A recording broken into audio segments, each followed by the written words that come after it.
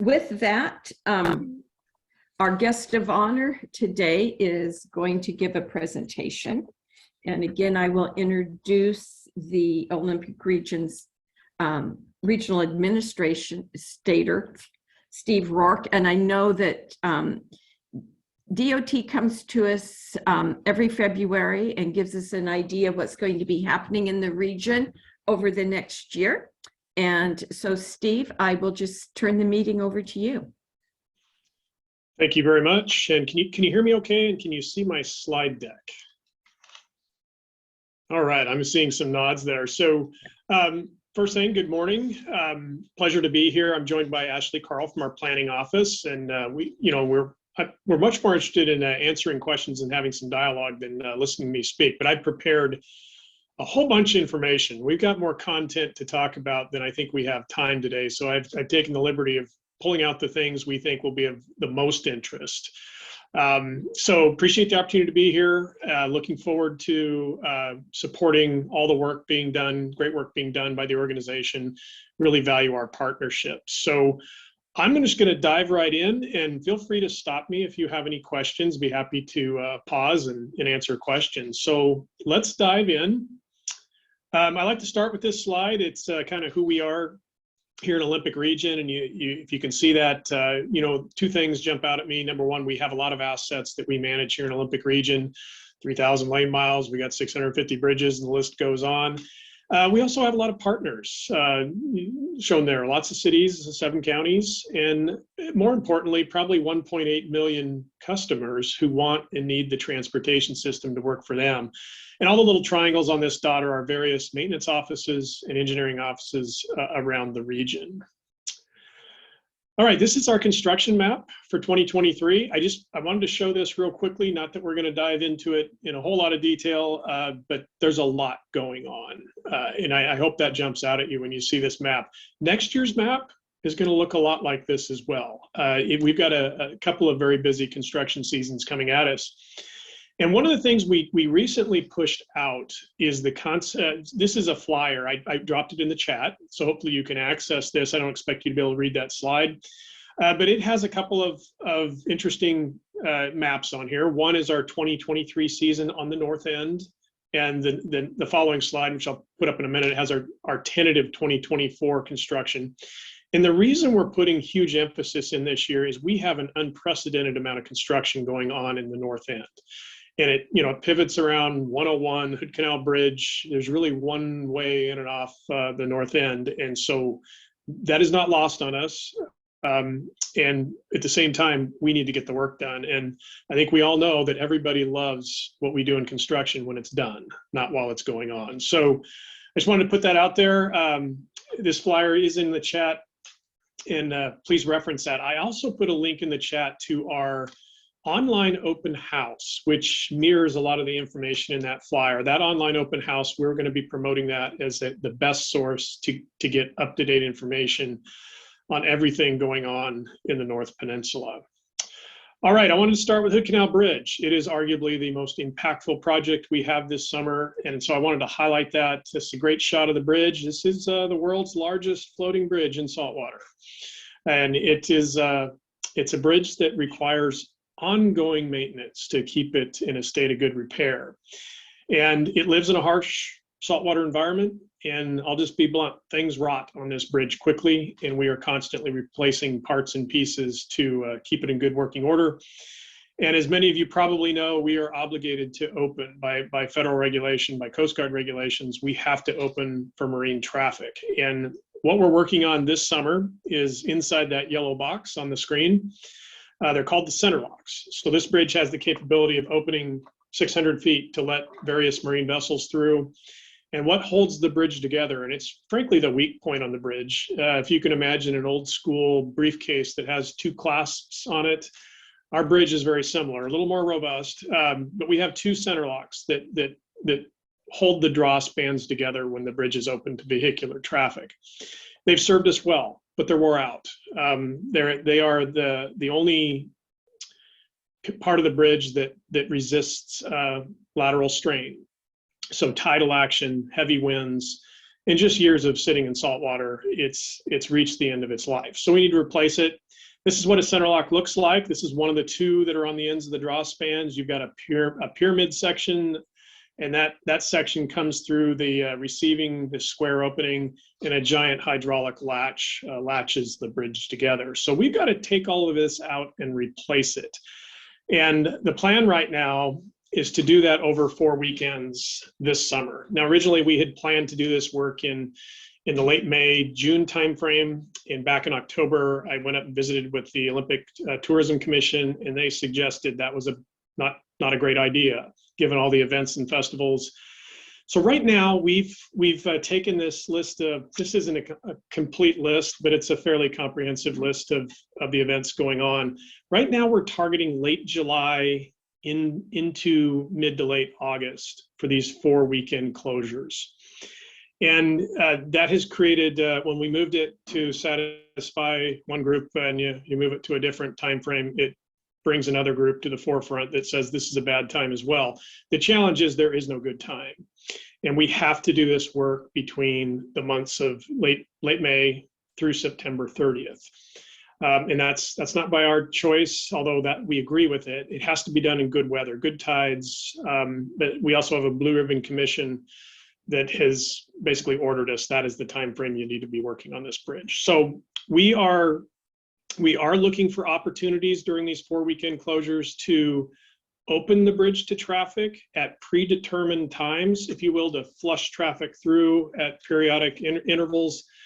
We haven't determined when those are yet, and we're getting a lot of feedback on when those should be. And I'm afraid at some point we've got to lock in the days and the times we'll be willing to open the bridge to traffic and still get the work done. So we've got some work ahead of us. It's going to be a challenging 4-week period to get this done, but we're confident we can get it done, and we're working hard with the community to stay informed. And that's our biggest push is please stay informed, plan ahead. We're hoping folks can arrive early, maybe leave late if they have the flexibility to do so. So that's the biggest project we have on the peninsula in terms of impacts, in my opinion. Oops, went too far. All right, going out west to the Elwha Bridge, we awarded this contract last week. We will begin work this summer to replace the Elwha Bridge. You see a design visualization there. The new bridge will be built downstream of the existing bridge. The curve there at Olympic Hot Springs Road will be flattened. It'll be a much more safer and a more gentle curve for motorists to use. The new bridge will be 40 feet wide, 12-foot lanes, 8-foot shoulders, which is a big improvement over the old bridge, which you see in the bottom of that photo. That bridge served us very well. It's, I think it opened in 1913, so I think we've got our money's worth out of it. And this is just a shot showing the intersection there at Olympic Hot Springs Road. There will be a parking area for recreational use. We're planning that into the project. So project will wrap up next year. So, all right, I'm just gonna make a kind of a bounce all over the place here with other improvements we have going on this summer. Another project, this will be going on all summer, it's gonna open this fall, is the roundabout at Paradise Bay Road. And I have just a visualization what that looks like. What makes this roundabout unique is it will be a metered roundabout. And so if you think of an on-ramp in an urban area where it's ramp metered, similar concept here. The mainline traffic, so the 104 traffic, whether you're coming down the hill or getting across the bridge, it will be metered when we have openings of the Hood Canal Bridge to allow, so the reason for that is to create gaps for Paradise Road and Shine Road to get into the roundabout. So it will only be metered when we have queuing from the Hood Canal Bridge. And then going up the hill at the same time, in fact, these two roundabouts are in the same contract. The intersection at 104 and 19, that roundabout will be constructed and open this fall. We will need to do a detour. It doesn't show it on this slide, but a detour on Center Road for a few days while we do the tie-in at this location. Other than that, it'll be typical kind of construction-related impacts. All right, moving over to Port Orchard, we have the roundabout there at Bay and Bethel. This one pretty straightforward. It's this year's construction. moving folks around while we stage construct it will be the impacts. All right, I want to move to our fish barrier program, which a lot of the dots you saw on the map earlier are fish barrier. We have a massive fish barrier program. So within that blue shaded area, that is what we refer to as the injunction area. WSDOT is under a federal injunction to restore 90% of the habitat within that location by 2030. That represents about 400 plus or minus culverts that need to be replaced, culverts that are barriers. In our region here, we have 207 of those, and the majority of those are on Highway 101 and as you travel around the peninsula. So the first up, we've already, this slide, I should have updated it, but the graphics didn't have time to do it. So we had six fish barriers you see there on the screen. They're listed from left to right at Johnson Creek over to Contractors Creek.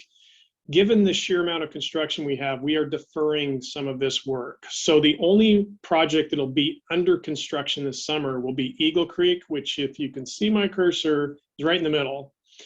And it's the only one of these projects that isn't a bridge. It's a three-sided structure. And we are advancing a strategy to make this high impact, short duration, get in, get out. The challenge with that is we are planning in the month of August. We haven't identified the exact time yet, but there will be 5 days when US 101 will be alternating one-way traffic. And we are expecting significant backups as a result of that. We're also planning a robust outreach campaign so that we can get diversion. Locals can get around it, but there won't be a signed detour associated with it. The other projects you see there will start this fall. And so next summer is when the fun construction impacts will start. Those will not have high impact. We will build what we call a shoe fly. So we'll maintain one lane in each direction on US 101, just on a kind of a side alignment as we build the new bridges. Moving down to south of 104 here at Leland Creek. Leland Creek is a bridge. The north and south tributaries are three-sided structures. So our decision here is when we construct the three-sided structures, we'll do that under a detour. And we think this detour is going to be starting in late July. We haven't pinned it down yet, but we'll put out notice when that occurs. And the detour will be via Center Road. These jobs will wrap up next year. And then two more, one at Shine Creek and another up at Swanson Creek. The Shine Creek will maintain one lane in each direction. Swanson Creek, likewise, we will have a 10-day closure here and a detour while we do the tie-ins at that location. And then moving down into Mason County, we have the first four. So the four you see. This one, and these two will be under construction this year.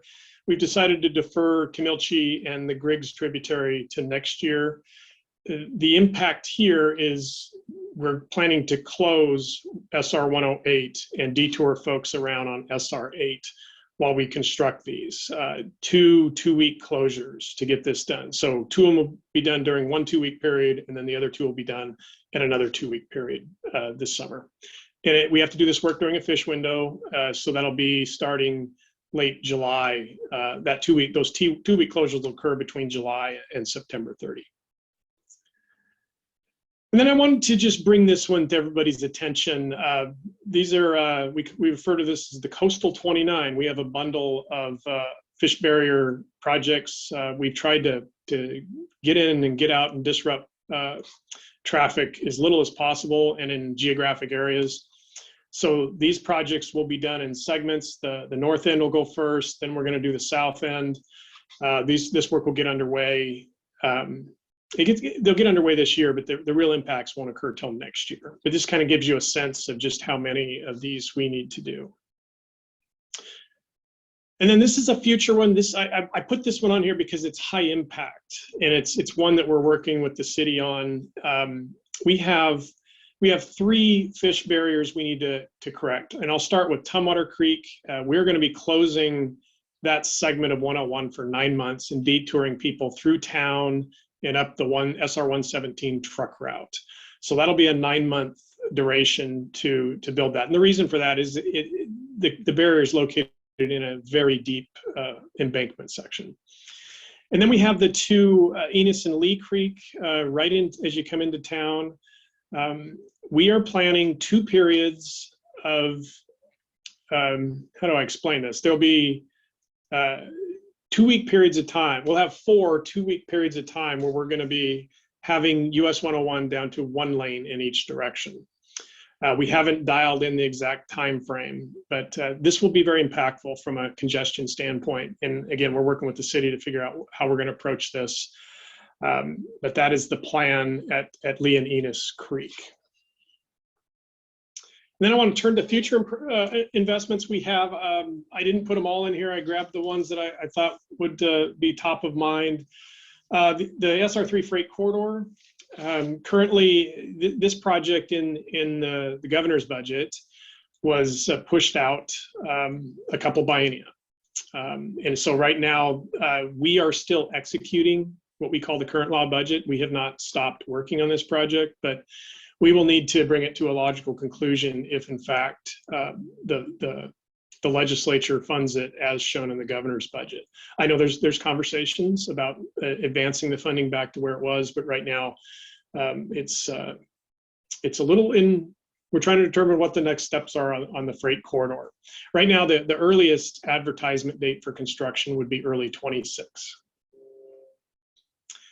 Then I wanted to move up to Simdars. I have 2 graphics here. This shows the completion of the Simdars interchange up by Squim.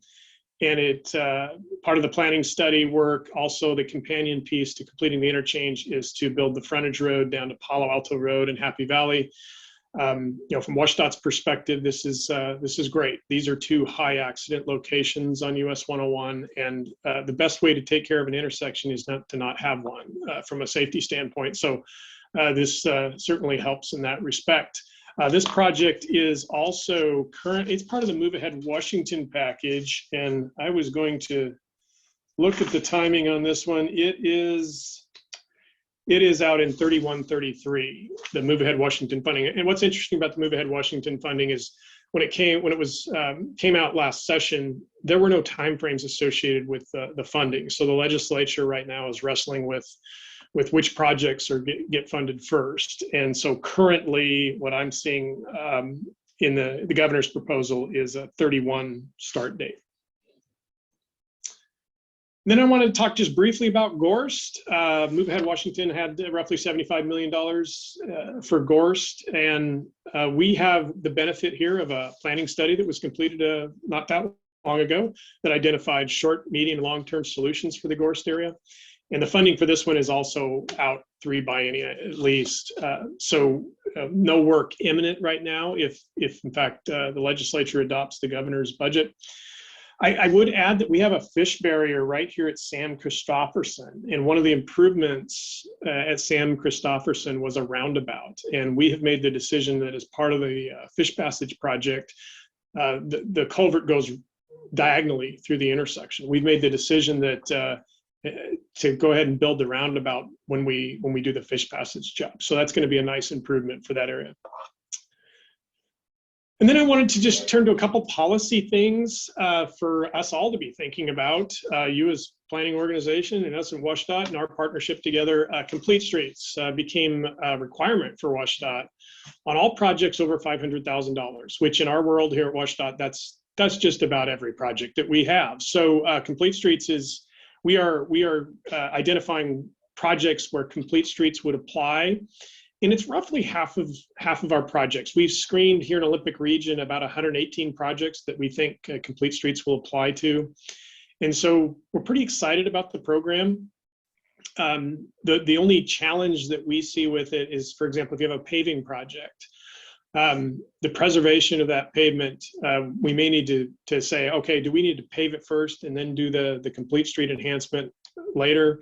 Or can we wait and get it all, or can we do it up front and get it all designed and agreed to before we need to go out and pave our roadways? So there's a few challenges with it, but we're sorting through those. And there's opportunities here as well as we come through communities. We're going to be very in tune with local comprehensive plans, filling in gaps with trail systems. So more to come on our Complete Streets program, but we are actively identifying projects where it will apply. And then I wanted to talk about resiliency just real quick. I know that you're all thinking about updating your plan. We're certainly, as an agency, talking more about resiliency, making sure that we can adapt and withstand, major events like earthquakes and cyber attacks and flooding and all that.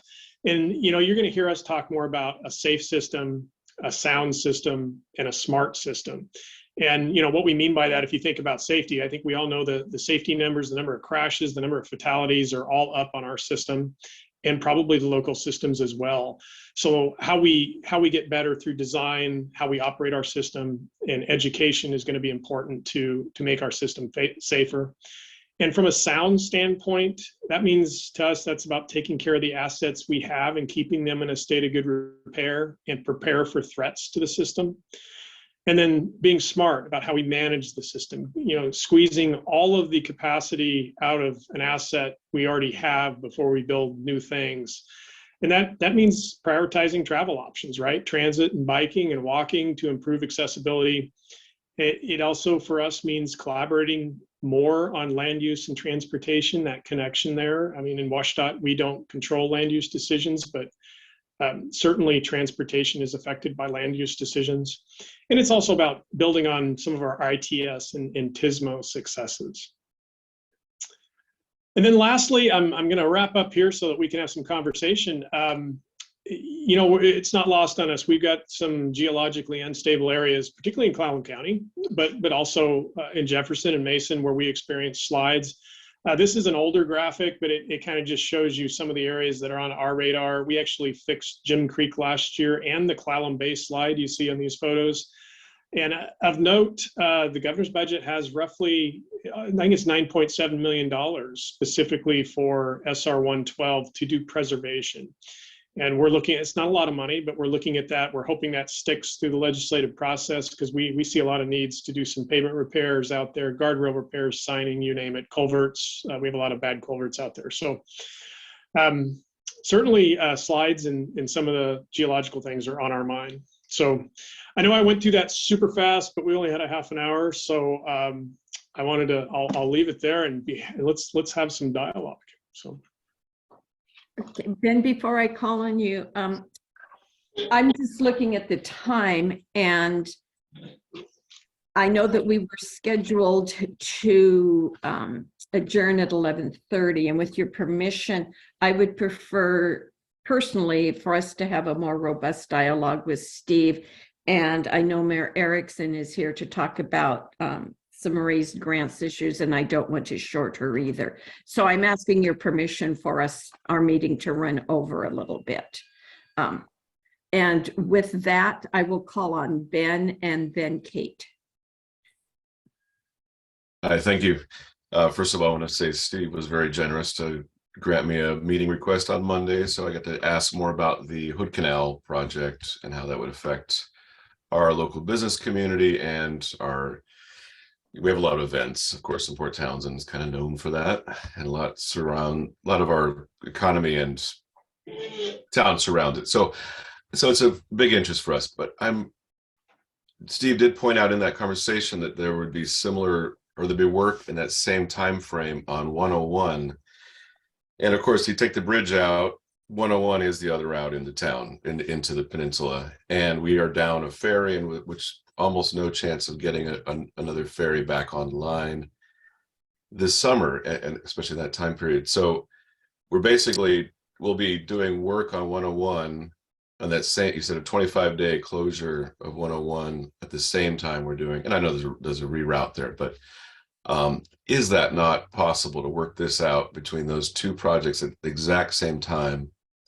Because it will really slow traffic down. I know that route exactly. The detour and everything will not be very sufficient to keep the flow going. I mean, maybe today it would be, but not with the added traffic that we're going to see. So anyway, I don't mean to sound grumpy about it, but I just want to make sure that we have some thought going into this. Yeah, we have looked at that, and the problem we've run into is we get permits for every single one of these fish barrier crossings. The work has to be done between July and September.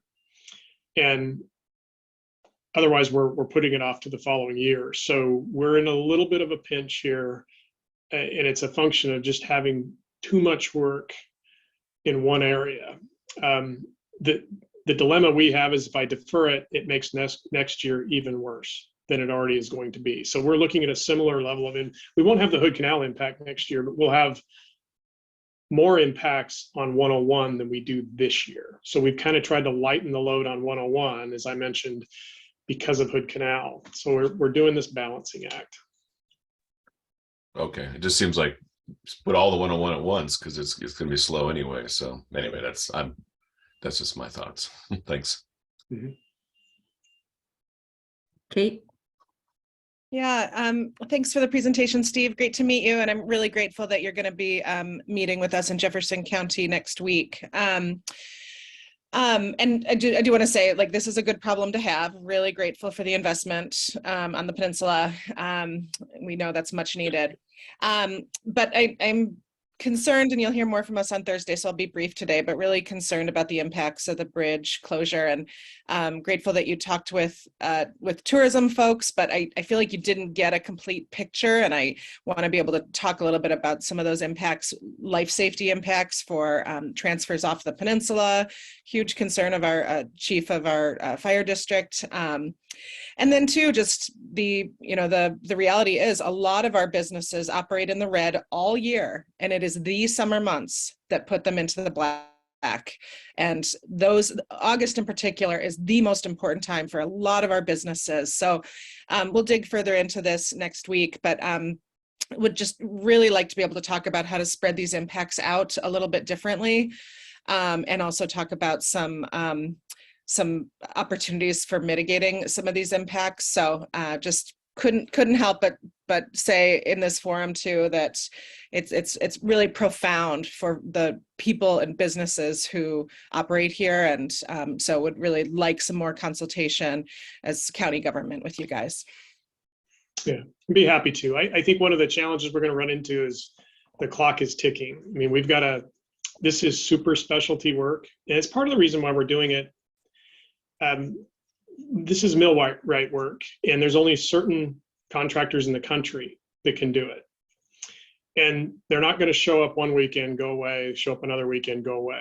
We won't be able to get them. And this work is so critical to get done. And that's why we're somewhat forced into doing the work as rapidly as we can, which I know amplifies the impacts. So yeah, looking forward to the conversation, but we're super challenged on, we've got to call a date. We've moved it once. I'm willing to move it one more time. If that's what the communities want to do, but at some point we've got to call a date, order the materials, get our contractor on board and locked in so that we can do the work. Yeah, and I totally appreciate that. I will just say I would love to have a robust conversation about, like Ben and I were saying, like, it's almost easier to imagine that it would be easier to be closed for 10 days at a time and spread those impacts over different types of travelers and businesses affected. And, so I defer to your expertise and hope that we can continue this conversation. So thank you. On that point, and I think it's good for everybody to hear this, I've worked on this bridge for over 20 years. Back when we did the east half replacement, we did some other work in advance of that, the approach work, and we did a ton of work with the community. And one of the ideas was exactly what you're talking about. Let's spread the pain. Let's do it during the weekday and weekends. What we learned at that point in time, and I'm not going to say that things were exactly the same then that they are today, but I think they're similar. This is the wrong word. But the weekend trips, in many respects, are more discretionary than someone that has to commute to their job, has to go to a medical appointment. The goods and services, the truck traffic that supplies grocery stores and whatnot, that all, for the most part, occurs during the weekdays. And so back then, the feedback we heard loud and clear was, do not disrupt weekly commerce, disrupt the weekends. And so that's kind of the approach we went into this with. Now, if we get a clear signal from all the, the communities that doing it during the weekday is okay, we can make that arrangement. But so far, I've not got that indication that that's going to be okay.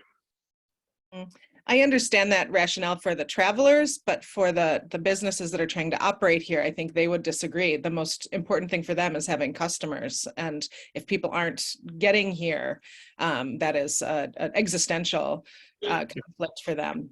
That is really important conversation, and I'm sure that you'll be able to continue that next Thursday at your meeting. So thank you, Kate, for your questions. We'll go to David and then Nicole. Oh, Steve, I'm glad to hear about the Gorst decision on the Sam Christopherson. I think that was a good decision on WSDOT's part. Looking forward and compatibility with the Gorst study, and thanks for letting us know. Hey, you're welcome. And Nicole? Thank you for being here today, Steve. I just wanted to touch on something you said, and I want to make sure that I heard it correctly because I might not have heard it correctly. But did you mention in regards to the Hood Canal Bridge closures that you are considering opening for a period of time on Saturday and Sunday to allow for traffic to come through? And Yes. I'm thinking about this from the perspective of operating a transit agency. So allowing times when maybe our buses could get through to deliver folks to either Kingston or to Paulsbo. So at this point you are considering? We are, and I'll say what our challenge is much like when to do the work, there is not agreement on when we should flush traffic through, if you will, on a weekend. Is it 8 o'clock to 9 in the morning? Is it, when is the right time? At some point, we're just got to pick a time. The other concern that we have is we won't get as much diversion as we're hoping. And if everybody decides to make their trips anyway, once we make a commitment to open it, whether it's for an hour or 2 hours, the gates will come down at some point because we have to get this work done, right? But yes, we are trying to figure out what is the right frequency and timing for those. What we're looking at is a morning and an evening opening on the weekends. But we have to completely re-rack our contractor's schedule to do that, which they're okay with. But we haven't locked it down yet. So that online open house I put in the chat, we will be blasting out information once we've got a decision on that. And my concern is nobody's going to be completely happy with it, but it needs to occur. Wendy and then Lindsay. Thanks, Beck. Steve, it's great to anticipate you here, and so appreciate that you took questions from us last time we met. For those that are with us today, that the tribe has been involved as a co-resource manager to know about some of the issues related to the fish barrier passage projects. We're just coming up to speed with the Hood Canal closure that kind of bypassed us as a piece of communication. But as concerning with the Hood Canal and as it relates collectively to all the projects this summer, is there any opportunity to ensure traffic mitigation of having a 2-boat schedule in Port Townsend to help release some of the concern for the Hood Canal Bridge closure? Sure, good. And I would also like to mention that the Eagle Creek is that's the one of 6 culverts that Jamestown Slalom Tribe is in discussions as co-resource management.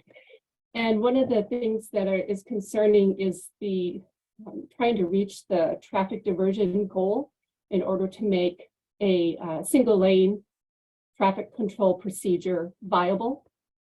And it would be interesting, I think, to understand that there is no detour except for traffic trying to slink their way through tribal lands, through back roads, trying to go in the easterly direction. So basically there is no detour. But I'm hoping that there'll be some consultation with the different local governments, including the hospital district, prior to going on a virtual online open house. And I'm looking forward to seeing what some of those questions might be, because I think the public needs plenty of time to participate in traffic diversion, or this is going to be severely debilitating to the North Olympic Peninsula this summer. Yeah. Well, and that's why we're starting now, is to get the word out and to start that dialogue. We can always make decisions to shift things a little bit, but the challenge is we just have an unprecedented amount of work, and if we don't parse that work out year over year, the construction fatigue will just be too high. So we're in a tough spot here at WSDOT, trying to figure out how do we accomplish all this work and keep goods and services moving. And we're committed to doing that. So yes, I sent you a note last week, by the way. I don't know if you got that. So about yes, thank you for responding to me. That was for those that are on this meeting, as I tried out the generic WSDOT communication email address to see how quickly someone reads the input, and there is good response time. I can guarantee that. Thank you, Steve. Welcome. Thank you. Lindsay. Hi, everyone. It's good to see you. And this is such a great, robust discussion. For those of us on the Olympic Peninsula, we live on a rural, isolated peninsula. There was an effort to build the train out here to make Port Townsend what Seattle is today. That couldn't happen because we're in a very remote and mountainous region. And that is something for us to remember as we have these conversations, that resiliency often means sheltering in place, not being able to leave. And I was recently on the straight shot bus that was trying to come back to the Olympic Peninsula when a semi-truck hit the Hood Canal Bridge. I was assuming the bridge was open for a sub or something from Bangor until we started doing a 3-point turn at an intersection and heading back toward Poulsbo, and eventually on a 5-hour bus ride back to Port Angeles. Fortunately, we recently added bathrooms to that bus. We have power outlets for passengers on that bus.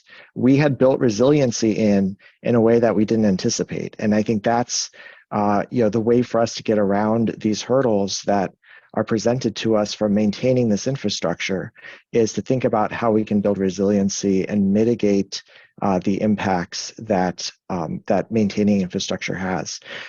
We in Port Angeles and further west have been basically holding our fingers crossed, hoping that there isn't a flood event that destabilizes the Elwha River Bridge over Highway 101 and causes an emergency closure of that bridge.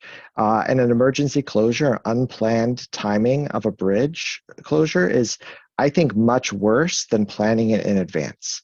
Because if we know in advance, people who are coming to visit can make plans, assuming they get that information out there, and the easier that information is to access, the more people who are traveling on vacation, especially summer vacation, can plan to arrive on the peninsula on a Friday, hang out in Port Townsend for the weekend, head over to Olympic National Park during the rest of the week, and get off before the bridge closes again.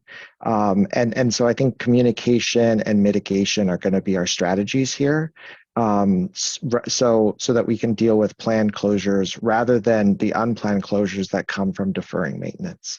So I know it's not ideal, but it is the perspective that we're in. We're not in a location where we have multiple alternate routes. Fortunately, we have a few, but sometimes, during storm events, we have times when you can't come on or off the peninsula by road.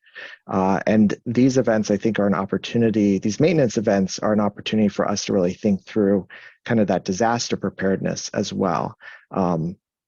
Let's look at them as a drill for, when we have a big earthquake or when we have a major flood or windstorm or something like that. I remember in Port Angeles, we had a power outage. I think the whole peninsula did. And people were trying to leave Port Angeles to the east, and all the traffic lights were down.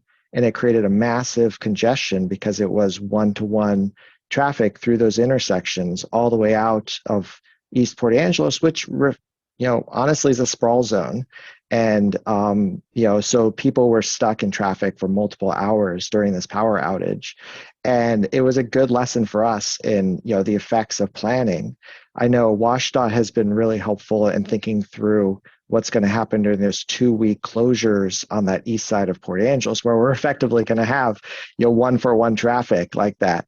And the projection is that there's going to be backed up traffic, probably 2/3 of the way to Sequim, probably about 10 miles. WSDOT explored whether we could do a high occupancy vehicle lane, maybe as a way to encourage bus traffic and bus use, as a way to get through 10 miles of congestion. But unfortunately, because of the way that we've done urban, or in this case, suburban planning between Port Angeles and Sequim, there are so many intersections that we couldn't safely do a high occupancy vehicle lane. So that was explored, but we're living with the consequences of kind of suburban sprawl planning between PA and Sequim. And now we don't have a good option for people other than sitting in that long traffic and, hopefully being on the bus and being able to read or do something other than, wait for the car in front of you to move 10 feet. But, I think we're here to think about long-term planning and successful long-term planning. And that means maintenance. And that also means recognizing where we're at and, creating the resiliency to not necessarily be able to move somewhere during certain events and often natural disaster events. Thanks. Thank you, Lindsay. I really appreciate the conversation this morning, but we do have some time issues. So Ed, you're next. Yeah, I just want to make sure folks are paying attention to the webinar chat. There's a couple of new messages concerning this topic. That's it. Yeah. Okay, is there anyone else before I put in my 2 cents? Okay, I will. What I noticed, and I'm sure that Mr. Roark and everyone noticed, when you get ready for the implementation, that's when we're stepping on people's toes, and that's when we hear from them. As Lindsay indicated, the long-term planning is really, really important to get us started, so we're all prepared for these. So I know the Hood Canal Bridge is a big deal. I would call everyone's attention. I think it was 1979. It could have been 1978. The bridge was down, and we drove around 101 if you wanted to get to the peninsula. And I'm not sure how long it was closed at that time, but it was an extensive period of time. So any preventive maintenance you can do now to eliminate a long-term closure, I'm sure is the benefit of the region. The other thing that I heard that was really good news was the Elwha River Bridge contract, because this group has been looking at that Elwha River Bridge for a long time. Very happy that that's moving forward. The other things that caught my attention, of course, is Gorst, and that going out, you said probably at least 3 biennium. And that's just for the planning phase. We need to be really conscious of these times. And also what I heard is, because I know we had asked you to address these 2 particular projects, but again, the time frames for SIMDAR is we've been working on that for years and years and years. And also with the Highway 3 bypass, those have been worked on for, I don't want to say decades, but I'm sure Randy knows exactly the date it started. And to hear those continually pushed out, I'm not sure what we do about that, but we want to make sure that they remain on your radar. And we want to make sure you understand the importance of them to our region. I know today we have really focused on the north end, and of course, Simdar Road is there, but we have some real important issues in the south end too.